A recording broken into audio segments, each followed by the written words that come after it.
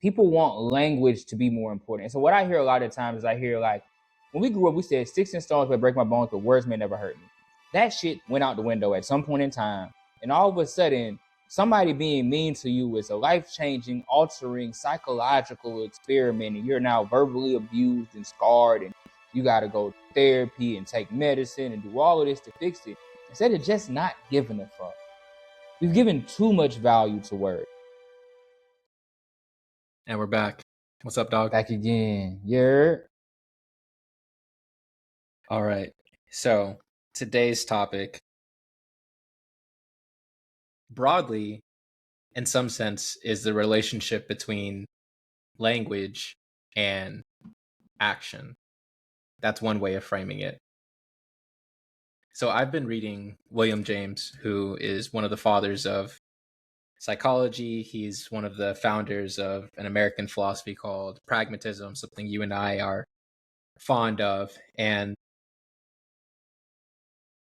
one of the things that he talks about is the difference between concrete reality and abstract reality. And I've also just been thinking about how I personally use so many words without knowing why I use them. And so, for example, just right there, concrete reality. Why is that something that makes sense to us? And when I tell it to other people, they seem to intuitively grasp what I'm speaking about, right? An abstraction. What exactly is an abstraction? But we grow up learning a language and learning these words and these terms, and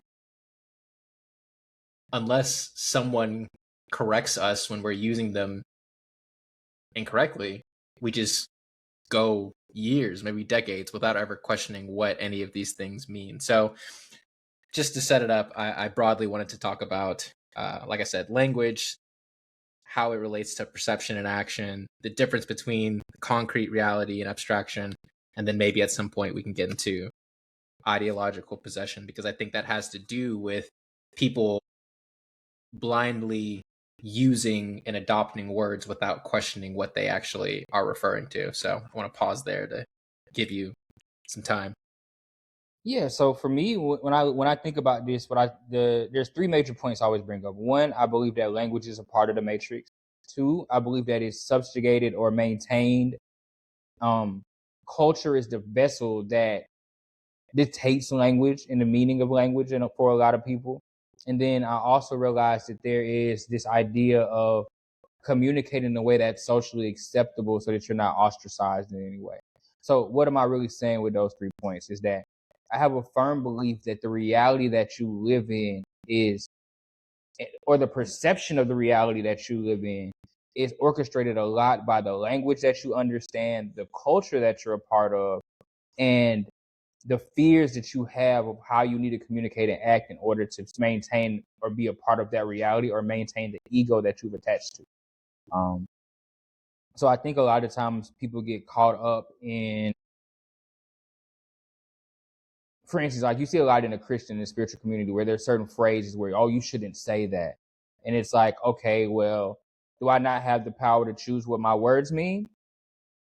And so I guess we get into one thing that I want to be interested is a question about what language, at what level is meaning associated with language? Like, is it something that you do personally? Is it something that's predetermined? Or is that thing stagnant or not? It's a good question for me. So William James,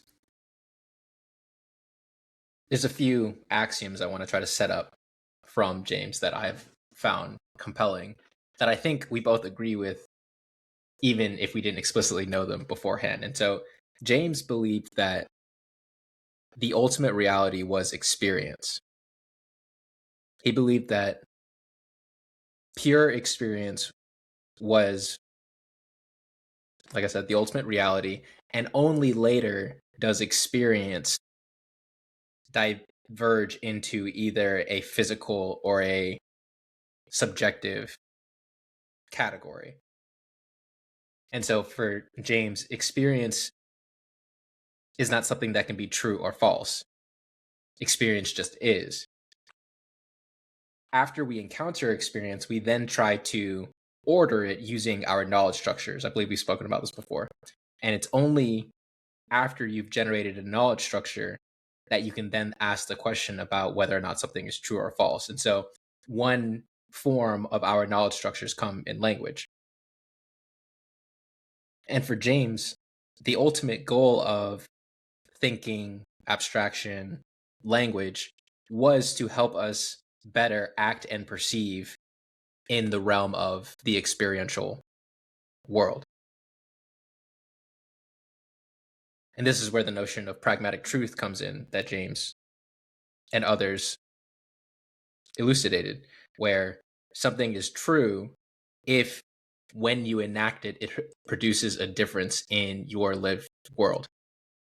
And so you can imagine it like this. Imagine that there's experience, you have this capacity to interact with it, given that you have a body, more or less. And so you can perceive it, you can act on it, but you also have this ability to kind of abstract and think about those patterns of action and perception. It's like for James, thinking was simulated action.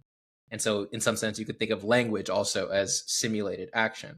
But the ultimate goal was not to drift off in abstraction. You had to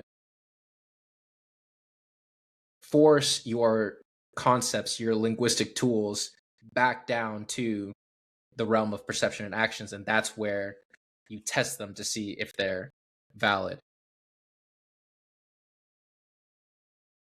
I'm going to pause there. Yeah, and so I'm gonna tell you how I look at it from the metaphysical perspective. And so what you have, what you call, I call them the three. I like using the term lenses because lenses or perspectives is a big thing in this because it's all about how you look at it, and depending on how you're looking at it, that determines what you'll see in this conversation, right? So I like the 3D, 4D, 5D because everybody's comfortable with that. So the third dimension is what we call man's law, man's idea. This is language. This is culture. This is what's produced from thought, right? And so we get to the fourth layer would be thought. This is the idea realm. This is purgatory. This is where ideas are formulated and tested. This is where you visualize. This is dreams. All of that exists here. And then the fifth D is where you would call the source of these things. So this is the structural energy or the vibration or the signal that curates the idea in the mind. So this is the experience almost. But the experience, like you said, is something that is expressed physically almost. And so there's weird connection between the third and the fifth, where if you see something in the 3D, someone that's perceptive enough can see the 5D roots of that thing as well as the 4D idea. And you can begin to play with it in that space, but you still have to accept the actuality of it. So what did it manifest as? So you have like the pre-reality, which is the 5 and the 4D, which is this is the idea, this is the formation of the thing. And then you have how it's actually manifested. So even if you look at like the 5D as the intention, the 4D would be the actual formulated idea that comes from that intention, and then the 3D would be the action that that intention thought led to. And so with that process, you kind of get to look at it in a way where you see that these are all part of the same thing, just examined at different layers. I like that formulation. That makes a lot of sense to me. And I realized also in my last response, I didn't answer your question about the relationship between meaning and language. But to put it simply, I think that meaning is knowledge for action. It's as simple as that. So I have a bottle, right? Without any language, I can, right? And so I can drink, I can put it down, I can pick it up, I can do all those actions without any language. And you can, a child can learn to do that without the more intellectual components of our being, without language. Language facilitates that, where now, like, this is a very specific experience that I have with this cup, but when you give a child a word, a concept, that enables them to kind of generalize and say, like, oh, there are similar patterns of experience like this that are cup-like. There's a cupness to it or a bottleness to it that enables me to, when I am presented with a new bottle, I can remember my past experiences and then associate them, and that it's not like something's brand new to me every single time I experience it, even though it kind of is. And so that's one of the ways that language, and I guess what you would call the fourth D realm, is helpful. because it enables us to communicate about essentially our indirect experiences. But here's the interesting aspect to it when it comes to meaning. The meaning has to be verified in the realms that are closer to pure experience, and in what we are saying is a perception and action. That's what I believe, and I believe that's also what William James thought. And I think that I have a professor who is trying to argue that the mind of large language models and the minds of human beings are the same. And when I try to offer to him that, well, first, human beings are embodied. Second, human beings act and perceive in the world. Third, human beings aren't just input output systems. We actively seek out different inputs in relation to our outputs that also change our input. It's like, so we're way more dynamic than a more serial processing system. And he just wasn't having any of it. He was just like, language and action are the same. And to me, that's a danger that befalls many people, but in particular, people who have spent a lot of time in these institutions, particularly in academia. They fall in love with their abstraction and they forget to go test it against reality. And before we potentially segue into ideological possession, I'll pause there. Yeah, and I think what's important there is so this is what really made a lot of this hit home for me. First was the realization that at some point in time we didn't have language and we still survived. And let's be clear, there's a lot of variations to language. Like, for instance, you're saying you have a cup that you're drinking from. Technically, that's a can. You see what I'm saying? Like, we could get into the this or that's of things, right? But in reality, so if, like, for me, I don't believe language and action go hand in hand, because I'm a firm believer that language was something that was taught to limit how we perceive things. Like, it's almost, it's meant, it was, and so this is where it's a double-edged sword. Language is good because it allows for us to define an exact moment and give detail, but it's bad because it has created a perception in a lot of people where they can only see things within the confines of language. So they don't understand how to work with something that doesn't have a definition to it. And there are a lot of things that aren't defined as far as the specifics enough. And so I think that's something we get into, is understanding that it's like, no, there you can act on something without having a meaning for it. Like, you don't have to use a cup to be a cup. You can use it as anything. Like, that doesn't limit it. But once you define it, you've limited it in a way, if that makes sense. Right. And I love the way you said it. It definitely is a double-edged sword. So there's this psychological experiment done that was investigating change blindness. And maybe some people have seen this video on social media, on Instagram or something. But here's one basic setup of the experiment. It's done by Dan Simons.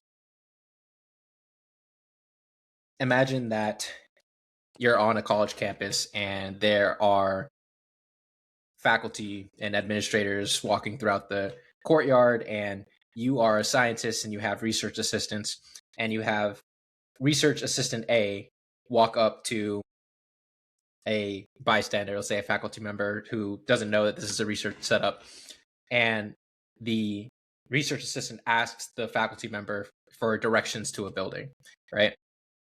And then while the faculty member is maybe pulling out their phone, or let's say you offered them a map to try to help you navigate, you take two other research assistants to walk in between that interaction with a big door. And so you block the faculty member's vision of the initial research assistant. And while the door is passing, the initial research assistant switches out with one of the members who's holding the door. So now there's a new there's a new new student asking the question of the faculty member. What happens is, about half of the time, the faculty member doesn't realize that the student switched. Right. And another video I saw with this, a simpler way, is just imagine that you are checking out of a cashier line at Home Depot or somewhere, and the cashier somehow like distracts you. It's like, hey, what's that over there? Or is that yours at the end of the belt? And they turn away. The initial cashier ducks down, another cashier ducks back up. Again, a substantial portion of the time, people don't notice that the cashier switched. And so what does this mean? This is called change blindness. This means that we only perceive so many details of the world. We only perceive what we need to perceive. And so in the initial example with the faculty member wasn't looking at the idiosyncrasies of the student. The faculty member was perceiving something like generic student. And so it doesn't matter what any of the other details were, roughly speaking. Okay, going back to language and what we were talking about just now, language has that ordering component where this is a bottle, but if I had something else, well, how about this? This is a phone and this is a phone, right? And it doesn't help that they're both black and look the same, but you can see they're kind of different, right? They have kind of different cases. You look at the back, they're different, different sizes. And so there really are numerous differences between those two objects, but we can categorize them both as phone and it works and it's fine. And I don't have to pay attention to all of those differences. And so to your point, we can be way more efficient when we use our conceptual powers, but we do miss a lot of information. And sometimes the information that we need to learn and develop is in the differences that we suppress. Definitely. I tell people about it all the time. I don't believe we cherish nuance enough. Like there are differences in people and places and things for a reason. And even I think for me, this shows up a lot in self-value, where it's like, oh, we generalize ourselves even, like, oh, I do this or do that. And now we're competing with everybody that's in our class or in our organization or that works at our job, as if we're trying to stand out amongst a category that is generalized. You know what I'm saying? Whether it's an occupation or an age or an area, we almost begin to believe that because everybody is generalizing that we are generalized, and that's not true. Like, it's hard to explain what I'm pointing at there, but I've noticed that more in people, where it's like a lot of people, like we talk about the idea of personal meaning. It's like, oh, I only have meaning if I am in this percentile of this group, or if I'm in this position. And it's like the idea of people that say, oh, you don't have any emotion or you're not cool. To be cool is just meaning that you're standing out amongst the crowd of general, but you always stand out. That definition or that change, your nuance is always there. It's whether or not you choose to notice it and use it or not, I guess is what I'm trying to say. Yes, absolutely. Within the Jungian framework, right? The persona is a generalization. Mm-hmm. A persona is, I am a doctor, I am a student, I am a professor. And like we just mentioned, it's helpful to have those personas because you constrain all of the complexity that you, in a very real sense, actually are. Like you, for example, you have your family relationships, you have your what's going on at work, you have where you've been, your aspirations, your dream life. Like there's so many, and that's not even talking about the physicality of you as a collection of atoms and molecules and cells. And you are, in a sense, and what, a constrained infinity. I don't, that's kind of paradoxical, but in some sense that's what you are. Yeah, right, exactly. And we just don't like to deal with that. It's complicated. We couldn't deal with that if we had to. Every time we walked by someone, everything about them just flooded your perceptions. And so it's again, like you mentioned, a trade-off, a double-edged sword, right? It's not exactly a perfect solution. It's what nature and society's best attempt to help us move forward. But one of the things that I think you're highlighting is just being aware of that fact is very helpful. Just being aware that either when you're perceiving other people, or like you mentioned, when you're perceiving yourself, there's way more to you than other people and society try to impose on you. Definitely. And it's important because you realize that why is it important to notice? So this is my biggest thing. I like with me and the whole spirituality thing and shrooms and all of this and everything that I get into. I don't believe it's important to remember all of this, but the experience is important because it gives you enough to widen your lens. What do I mean by widen your lens? I think some people don't realize how detrimental it is to be stagnant in knowledge. Like, if you're not learning anymore, if you can't perceive anything outside of the framework that it's in, not only does it make life more stressful because you don't believe that you have an option, you don't believe you have choice. And not only do you notice that in the action, but you also notice that in the language. And I believe that's where language and action correlate, like, because how you choose to define yourself is the borders of who you are. And so being able to accept the range of nuance that people have, even when you think about relationships, you're like, oh, my relationship should always be perfect. No, you probably should argue, because if neither one of you is growing and y'all are doing the same thing, I think that's a little more scary to me. Like, there should be growth there. We should have an opportunity to grow and change and figure out what we like and don't like. And then like and don't like new things because, all right, I've already did everything that's there. And I need to understand the nuance of what else is in that space. And if I don't allow myself to move around or change, I can't. My wife would probably think, I'm sure she's annoyed by many things by me, but I think one of the things that annoys her is that I constantly ask, what do you mean by that? I constantly ask for clarification of what words mean, because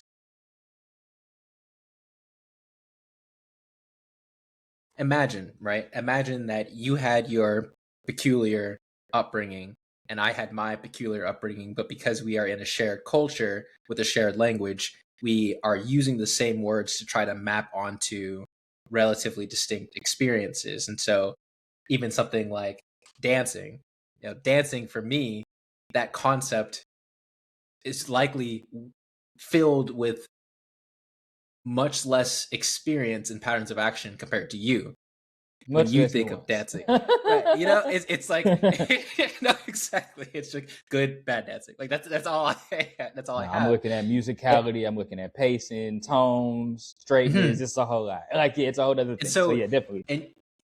and just for perhaps future in the conversation, you could think of an ideology as essentially an association of ideas. And so for you, how you just said dancing, and then that branched to musicality, and I don't even remember the other word you said, but for you, like dancing illuminates a lot of ideas, way more ideas than me, right? And so I just want to define that maybe for people. We can put that aside for a second. But going back to relationships in general, first of all, I agree with what you said. There's no growth without conflict. And one source of conflict is in the way that we use words. And to understand that words, this is my view. I don't know if you agree with this, but in my view, words in themselves are meaningless. So I agree. AI, large language models, I don't think they have meaning. Or if they do, it's something different. And there's a different word for it. They don't have meaning the same way that we have meaning. Because for us, if we were in the same room and I asked you, Tay, could you grab me a paper towel? I don't have to go and point to all of the steps I need you to do and the actions and the perceptions. Say, I can just use those words, and then you will receive those words, and that will unfold into a pattern of action where you're going to get because you've done that before, because you have that reference of actually doing it and actually experiencing the process of getting a napkin.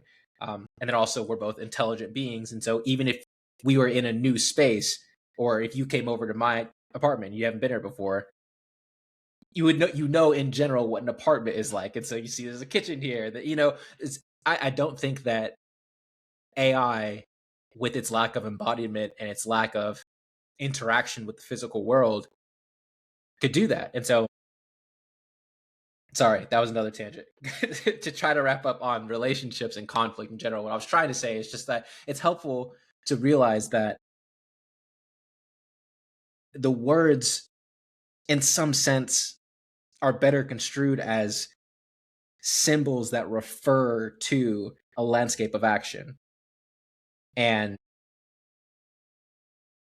it's helpful to just keep that in mind when you are conversing with each other, especially if things get heated, because part of the reason things might get heated is because they use some words that you think mean X, but they actually mean it to mean Y. And, that might get glossed over amidst all the chaos. Yeah, and what we're really talking about is we're still on this aspect of nuance, because like you said, if I say something and I don't have any trauma in the area, but I don't realize that my partner had somebody that used that phrasing all the time that abused them, I don't realize that me speaking in a certain way triggers trauma in them. And so I'm not aware of the nuance that can be there in language of how something can be perceived. Even with the example that you gave with the paper towel, like you said, even in your speaking, you said you use paper towel and napkin interchangeably, which means that I don't know if you ask me to get a paper towel or a napkin. Which one do you have? Do you have a paper towel roll in the kitchen? Do you got a drawer with napkins in it? Is it a napkin box? Where is the napkin in the bag from the food we just got? There's a lot of nuance there that can only be gotten rid of via experience. And so what do I think about this? I think language is given meaning via intention. So the root word itself hasn't any meaning. It's defining something that exists. But when you put a word into a sentence, it only has meaning based off of the intention of that sentence. I think the etymology of meaning is also inherently intentional. It's goal-oriented. It's purposeful. So I don't think you can separate meaning from intention, just to further solidify your point. And from my view,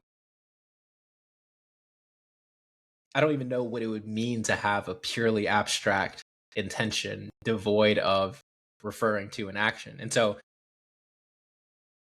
going along with this napkin paper towel example, if I spilled something and then I made that request for you, so like that's an experiential part of the context that we're both in now, you know that the intention is to clean it up.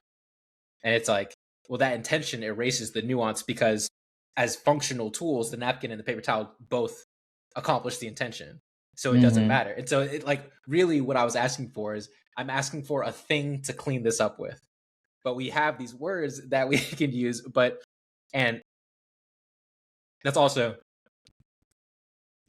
that's also something that William James uses in his Pragmatism to cut the bullshit of unnecessary abstraction and intellectualizing. He says that if there are two concepts that functionally lead to the same outcome, you don't have to argue about if they're different or not. Like, it's like they are the same thing. And as I'm reading some of his books about some of his critics, this was like in the 1890s, and the James's goal was really to create a philosophy that gave verbal articulation to common sense, to the common sense aspects that the average person experienced. It could say, oh yeah, that makes complete sense. And man, that's way different than this other strain of thought that we have today, where words are inherently meaningful in themselves as they refer to other words. And so just one example of this is the idea that words can cause harm. It's actually worse. It's worse. We've gone. So James said that there's experience, that you perceived and acted very closely to this experience, and then you could abstract away to hopefully increase the effectiveness of your perception and action to deal with that experience. And so, language gets its meaning from experience, but it also gets its meaning as it helps you gain more experiences, for lack of better terms. But today, what we're saying something like, well, you start with language, and then language is the sole source that influences your perceptions, that determines your experience. We lack accountability, brother. That's it. Okay, I have no idea how you made that bridge. Go explain to me how you made that association. I agree with you. I would not have gotten that from it. Well, what made me say that is that what you're saying is that people people want language to be more important. And so what I hear a lot of times is I hear like, when we grew up, we said sticks and stones may break my bones, but words may never hurt me. That shit went out the window at some point in time. And all of a sudden, somebody being mean to you is a life-changing, altering, psychological experiment. And you're now verbally abused and scarred. And you got to go to therapy and take medicine and do all of this to fix it. Instead of just not giving a fuck. We've given too much value to words. People want language to be more important. And so what I hear a lot of times is I hear like, when we grew up, we said sticks and stones may break my bones, but words may never hurt me. That shit went out the window at some point in time. And all of a sudden, somebody being mean to you is a life-changing, altering, psychological experiment. And you're now verbally abused and scarred. And you got to go to therapy and take medicine and do all of this to fix it. Instead of just not giving a fuck. We've given too much value to words. So much so that we lack being accountable for the actions that come behind.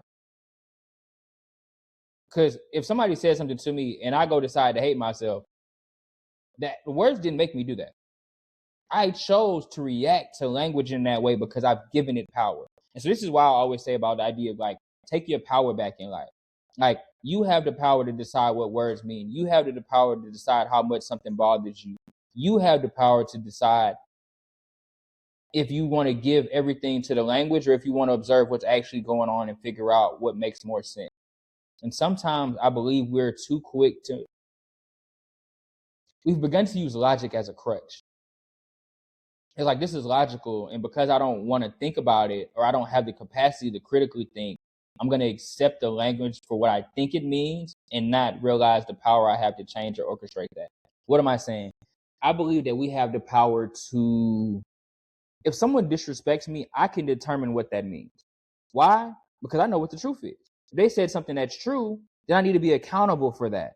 If they said something that's false, then I need to be accountable for my lack of emotional control if I allow it to upset me. So it's all about, the accountability comes from the fact that you determine what language means for you and how you use language and how other people's use of language affects you. You have to be accountable for that. And I think too often we are allowed to, like, if somebody says, oh, they called me a bitch, I got to beat them up. No, you don't. Relax. It's a word. You'll live. It didn't bother you. They told you were ugly. Are you ugly? If you believe you're ugly, then you are. So you have to be accountable for you thinking lowly of yourself because you had to accept that idea in order for it to be a part of who you are. I think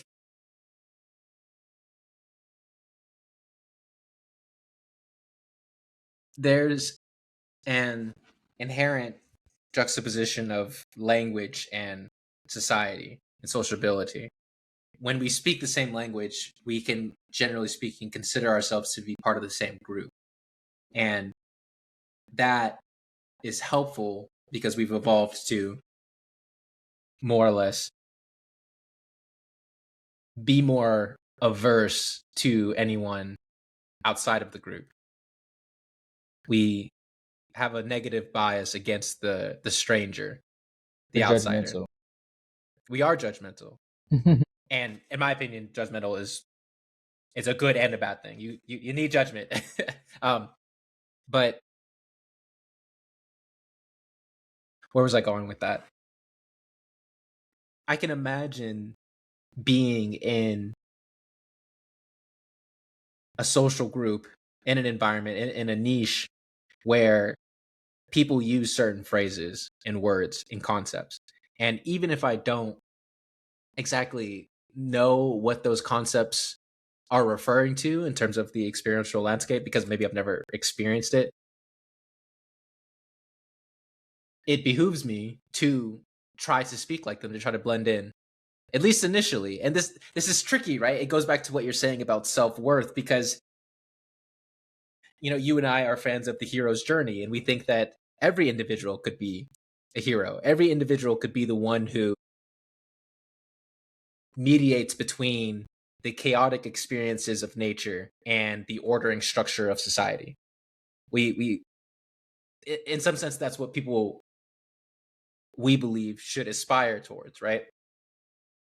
But I think you and I are also kind of realists in the sense that oftentimes people just want to blend in. They just don't want to stand out. And that's where I think ideological possession in many instances comes to play, manifest. So to just define ideological possession again, ideological an idea, ology, study of ideas, and possession. It's the same. We've been talking about this. It's falling in love with abstract concepts without the willingness to test them in experience. And it's worse though. It's also the stultification, like the becoming rigid with your thoughts and your actions such that you never go anywhere to experience anything that contradicts your way of thinking. And so social media that is one example of it. Definitely. I'm going back to school, and so this is something that I've just been reading about and trying to pay attention to, where when you're in these social groups, when that pressure to conform hits you, most people, I think, succumb to it, and they come to adopt the ideas, the words, the concepts that the group has, even if they're wrong.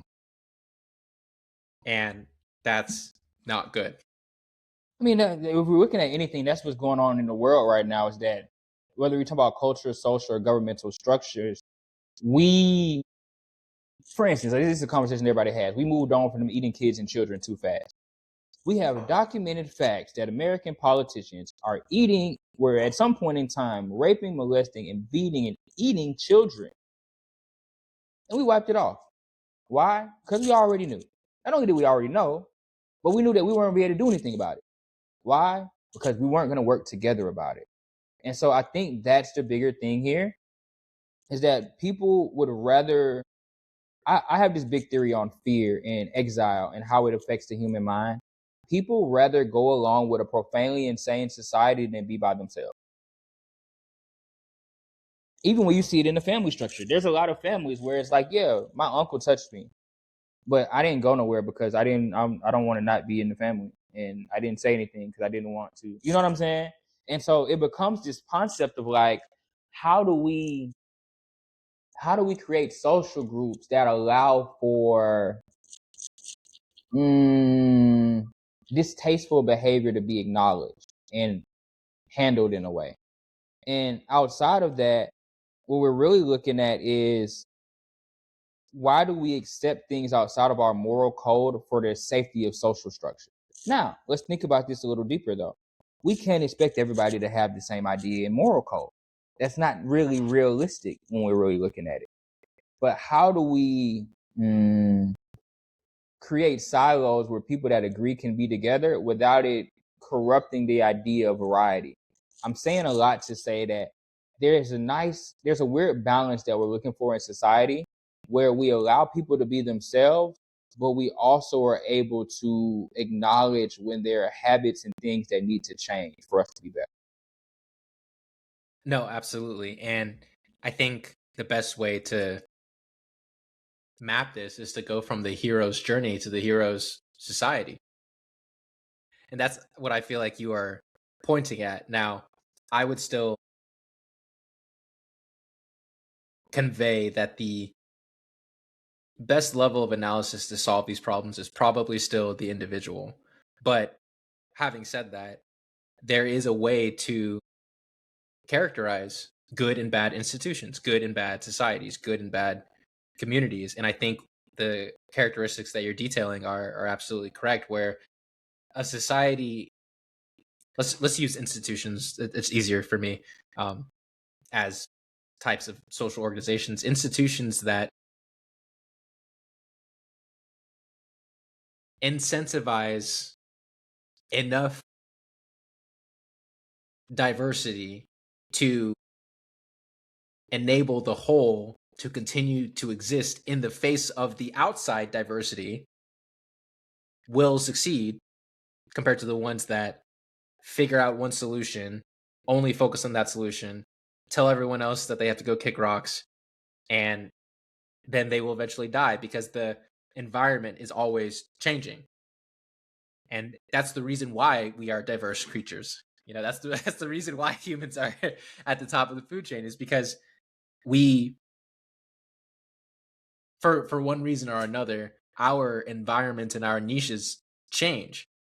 And so somehow we develop the ability to not only simulate niches in our mind with abstraction, but to actually create our own environments and mold our own environments. And so there's this weird arms race between, like I mentioned, the changing physical and social landscape and our ability to change. And the same thing is true for institutions. The ones that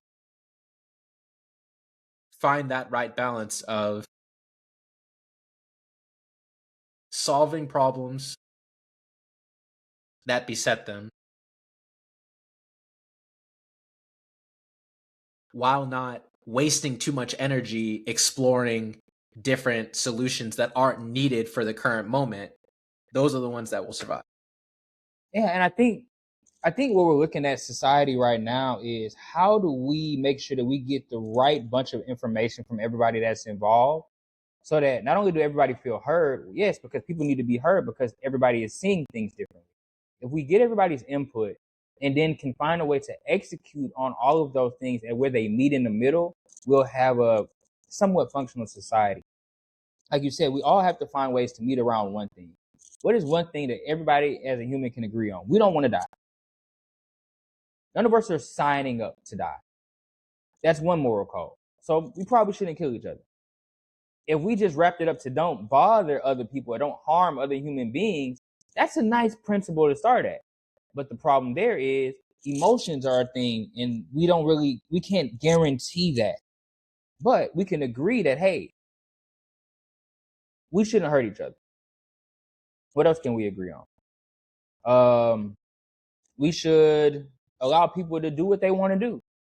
Well, some people don't like that because I don't know what other people will want to do.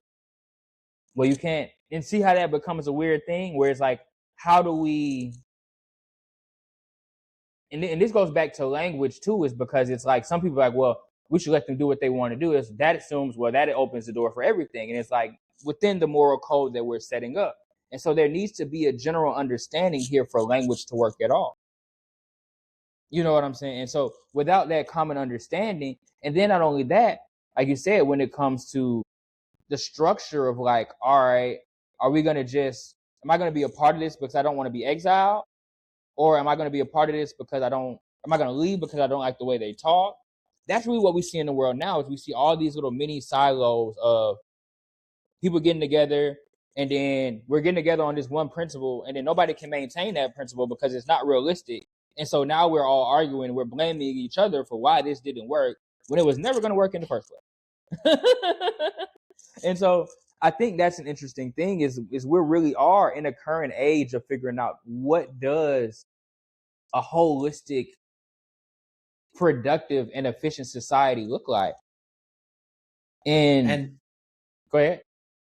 And in some sense, like we usually do, we might be able to find some answers in the past, some archetypal answers. And two things came to my mind. One, the idea of free speech. The immediate tension that you ran into in terms of trying to articulate moral principles where, well, people should be able to do what they want to do. And then you could see how there's another argument here. I would probably be the one arguing the other side, right? And so the way that the way that society in the West, America generally, enables us to navigate those moral conflicts is by allowing us to speak. It's dialogue. Because, I've been giving language a hard time throughout this conversation as we're using language. But language has its purposes. The same way action, of course, has its purposes. There's trade-offs with both of them. The point that I'm trying to make is that we shouldn't subordinate action to language. But language and speech are still very important, because if we can solve our conflicts through language, then we don't have to act on those conflicts. We don't have to actually fight. But if we can't reconcile them through speech, then we have to fight. Like or we have to not interact with each other at all. And you brought up social media earlier. As we are becoming ever more interconnected, we have to resolve these issues, and it's the It's a shit show to maybe watch. maybe this is where LLMs will come in handy as we are trying to connect and bridge all of these different languages. It's like we'll have to distill them down to back down to their essences, their experience, the things that they actually point to, and then when we are in a shared environment, we can see, okay, what are your goals? What are your goals? Okay, can you pursue your goals while not interfering with me pursuing my goals? Yeah? Okay, cool. Oh, now we run into a conflict with our goals. How can we actually ameliorate this? And so, so I brought up free speech, and then also I just thought about the word from the Bible, Yeah. man, the logos. I still don't exactly. Go ahead. I think it's interesting because what we talk about here is like understanding that there's a nuance here. Like what happened for us to kind of, how do I want to word this? Like, so understanding that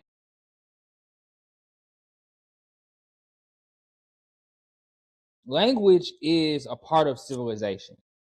It's a tool of civilization. So let's talk about the natural order. So I like being into the natural order and man's law. So the natural order, we didn't have language. We didn't come here with language. It's something that we created. We brought that in. So naturally, and that's why I say the 5D or the feminine is chaotic, because there wasn't language. There wasn't a way for us to explain these things. There wasn't a neat way for us to communicate. There was a range of possibilities, and you had to be intelligent enough to understand it without the language.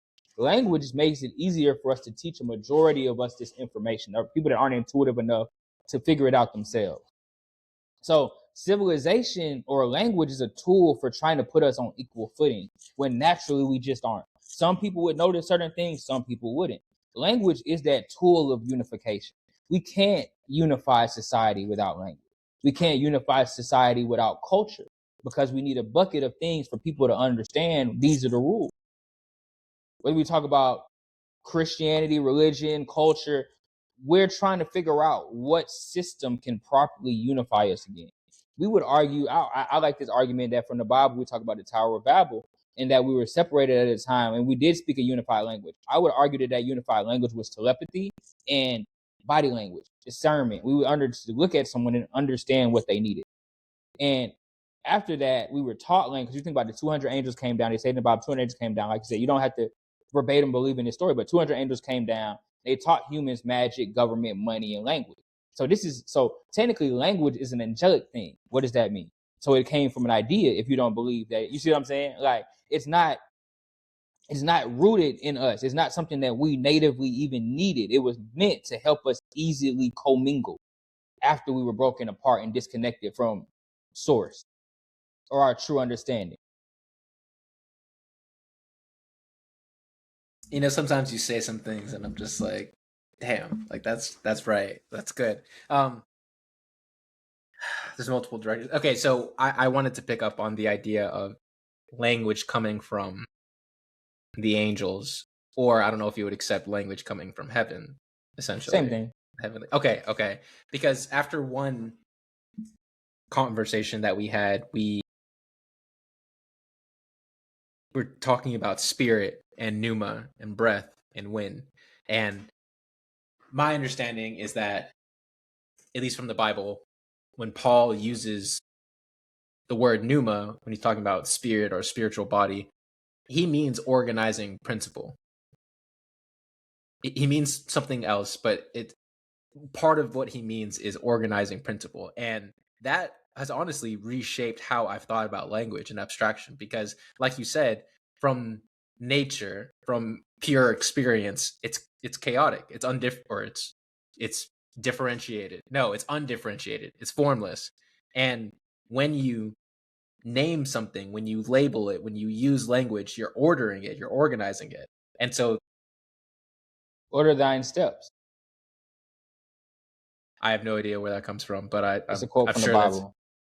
boom. There it is. Like I don't know. What do you think about this? I can understand some Christians will probably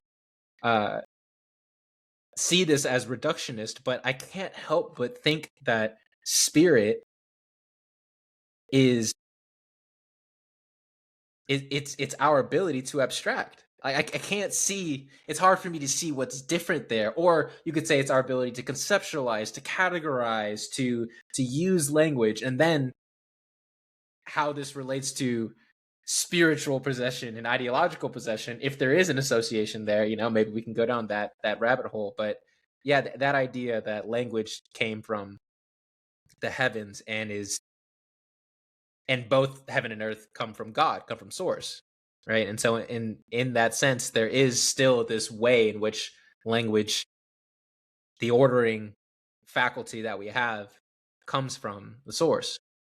I mean, even when you look at, when you look at like Hebrew and understand that the Hebrew understanding and the emanation of God is pretty much just the Hebrew letters, and that each letter represents a beginning, like going through the Hebrew alphabet from 1 to whatever number, or from Aleph to, I can't remember what the last letter is literally the declaration of God himself. So like the idea that this breath or this emanation came out in an order, and that order is what we use to create our letters. And understanding the order and the value of those different letters is how we created our words, which then created our sentences. This is why you get into like geometry, or every letter has a numeric value to it. You can add up the letters in a word to figure out what the meaning is. You can add up the numbers in a sentence to figure out the undertone of that. And it's all going through mathematics. And there's a whole science behind it that people study and believe in, that basically means that every letter is defined as what we would call an emanation of God. So each letter is a perception or a fraction of God defined within the construct of this letter. Some people would even argue that the star constellations were the shapes that people use to create the letters, and that these star constellations, the energies that peripherate off of them, correlate to the energy of the letter. And so the letters are just personifications of divine concepts. And we use those letters to eventually figure out how to speak sentences and words.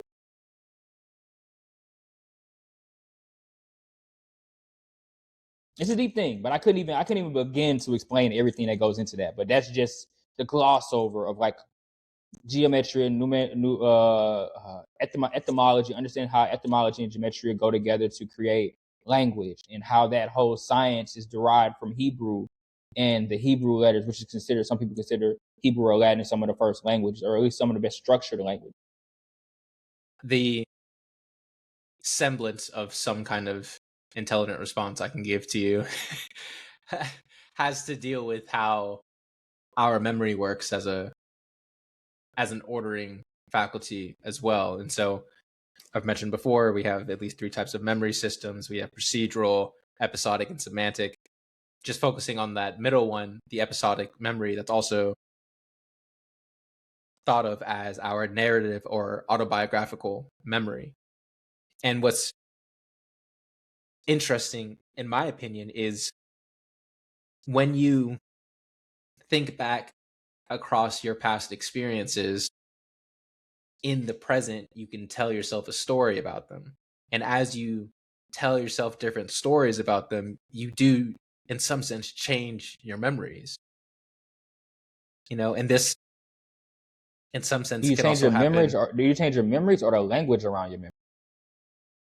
Well, see, again, to the degree that it's episodic memory, the language is the memory in those instances. You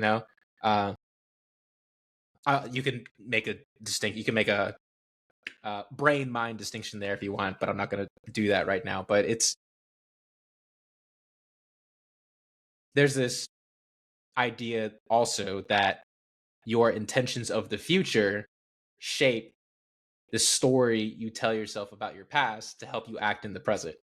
And so there's this, but part of what I was trying to highlight there, specifically in the narrative memory, is the ordering principle, right? Where if you ask yourself what's real about your past, well, it depends on the story you tell.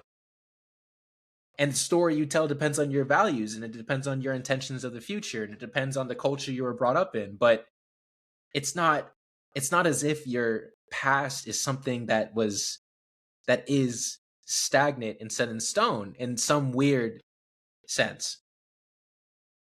Yeah, and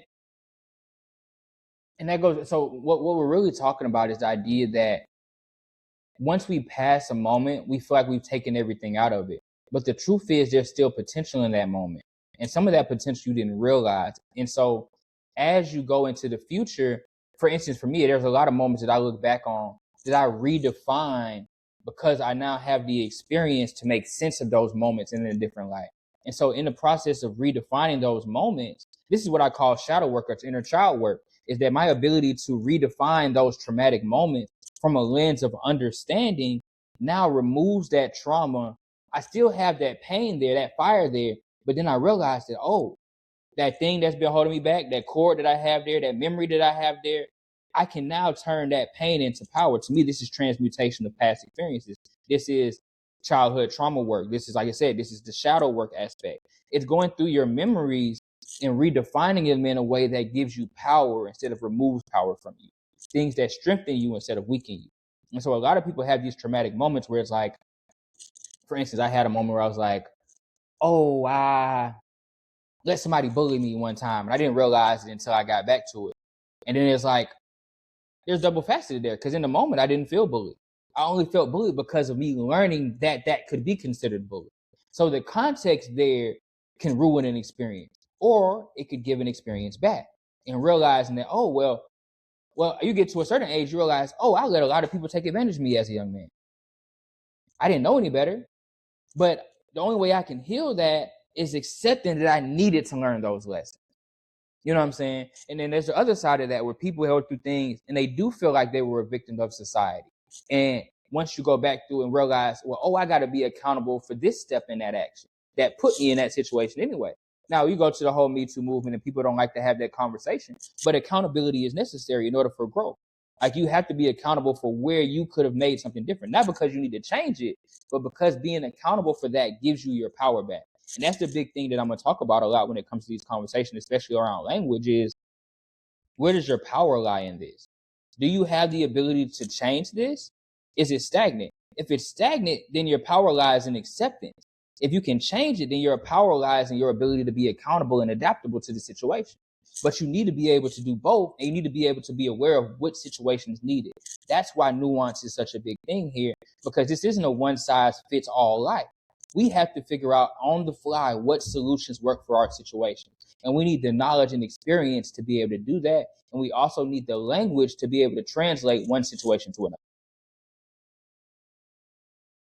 Absolutely. I kind of want to talk about trauma a little bit. It's come up a few times in this conversation, and it's also associated with memory and to some degree language. And so if I could just give a quick spiel real quick, I think of language as the shattering of your fundamental knowledge structures in some sense. And so a lot of this comes from Ronnie Janoff-Bulman. She has a book called Shattered Assumptions. She's a cognitive psychologist. And first, people can understand that our knowledge is hierarchically organized. So what does that mean? It means that you have some ideas that you hold to be true that are central to many other ideas that you assume to be valid. And so one example is that as I am taking steps forward, the ground doesn't cave out from underneath me. It's like that's something that's always there with you when you're planning to walk to your car, when you're planning to go do the laundry, when you're planning to go on a date somewhere. That's a hidden assumption that you don't even think about anymore. But if that were to cease to be the case in your experience, you would now have to rethink every other more shallow knowledge structure that's associated with that. Another common example is in a marriage. Let's say you've been married to someone for 20 years. Your idea of your past, in large part, is constituted on the fidelity of that marriage. You have this assumption that your partner has been faithful to you, and you're making plans in the future. Let's say you have kids. Let's say you have retirement accounts and things you've been saving for. You gave up all these opportunities because you believed that your marriage was valid. But if you come home one day and find your spouse cheating on you, you don't know who you were in the past. You don't know where you're going in the future, and you don't know how to act now. Exactly. And so when I think of trauma, it is the dissolution of a fundamental assumption that you need in order to act in the world, right? And this includes everything we've been talking about. You need a knowledge structure that's a tentative set of solutions, because you can't deal with all of reality. You have to make assumptions and say, look, this is good enough. This is a good enough map for me to make my way through my day and through my life. Okay. When you have, it's tricky, right? Most people who go through what are considered traumatic experiences don't get traumatized. And so They're not aware of it. well, it depends on how you measure it and how you think of trauma, right? You're defining trauma. If you think trauma is like a physical thing, then I kind of get what you could be saying, but there are many perspectives where trauma is the inability to learn and account for something anomalous, something that you hadn't dealt with before. And so, like, again, most another example, most combat veterans who have done crazy things don't get traumatized. It's a minority of them. And so that suggests that for people who do develop PTSD, there's a predisposition to it. And one of the ways you can characterize that predisposition is as a type of ignorance. You were naive, essentially. You thought that, again, in the notion of combat veterans, you had this assumption for all of your life. Maybe your parents put it in you. It was also affirmed in your social environment where you're a good person. And then you go to the battlefield and you do something, you experience some things, you see yourself doing things that you never thought you could do. It takes a while for you to build up a whole new knowledge structure that now encompasses that nuance, like you said. Because initially you had, that's why I called it naive, right? You thought, I'm a good person. That's a very shallow and low resolution assumption. But now you have to figure out, okay, I'm both a good and an evil person.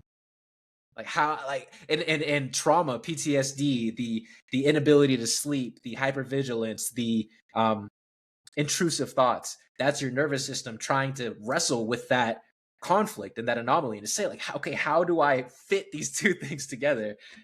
So that's a little spiel on trauma. And so I like the point that you brought up there, because what I hear from that is the understanding that you have to allow yourself to be whole. And a lot of times people have a hard time with this. So what am I saying? When I talk about the point that I like at the beginning of what you said is like the unpacking of this thing and how it affects other things in life. So when you deal with childhood trauma, when you deal with shadow work, you realize that a lot of people, like you said, this is the preposition to PTSD, that a lot of people have created these ideas at a young age that, like you said, are paramount to their understanding of how the world works. And then they run into situations where this thing is not true. And they either have to be accountable for accepting that, or they put themselves in a state of denial moving forward. That denial is what I consider trauma. The denial of the truth is trauma. It's like, hey, I've figured out something that's so far away from what I believe that I don't know who I am anymore.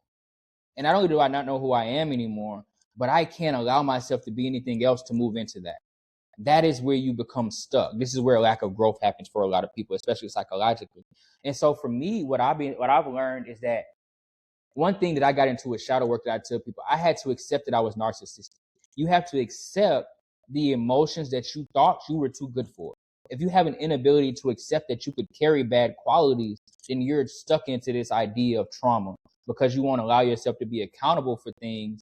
And if you can't be accountable for your wrongdoings, then you can't be accountable for other people's wrongdoings, or you can't be accepting of other people's wrongdoings because you don't understand how they could do something like that to you. That's why you see a lot of people that deal with depression and deal with anxiety and deal with fear. They have a hard time accepting that people are this bad, because they haven't accepted that they have bad quality. So why would anybody else do something to me if I don't do anything to anybody? You hear people say this a lot.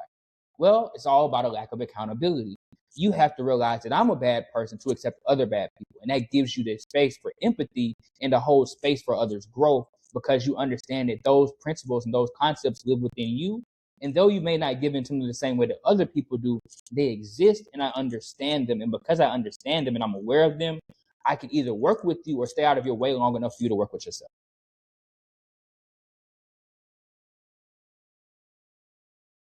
Yes.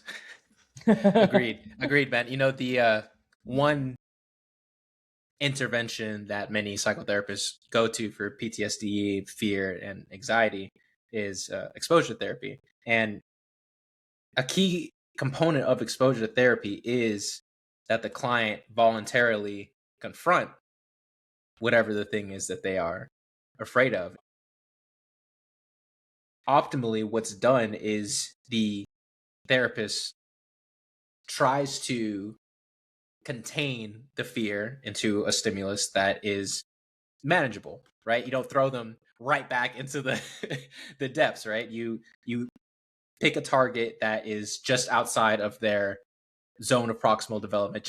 You pick a target that's just hard enough for them, and then you ask them, like, do you want to do this? Do you want to try to I have a client. I'm not a therapist, I'm not a psychotherapist, right? I work with psychiatric adults, and I have a client who, it's a little different, but he is afraid of playing basketball with an older peer, and he doesn't want to play with the peer by himself. And one of the reasons this isn't helpful is because he gets bored and then he gets into trouble. And so it's like, oh, well, you have this peer here, you can just play basketball with him all day. But okay, so anyway, what I do when I go and spend time with him is I ask him, like, do you want to play basketball? And he'll say yes. And I'll say, okay, can you play with your peer by yourself? And he'll say no. Can you play with me there watching you? Yes. Okay.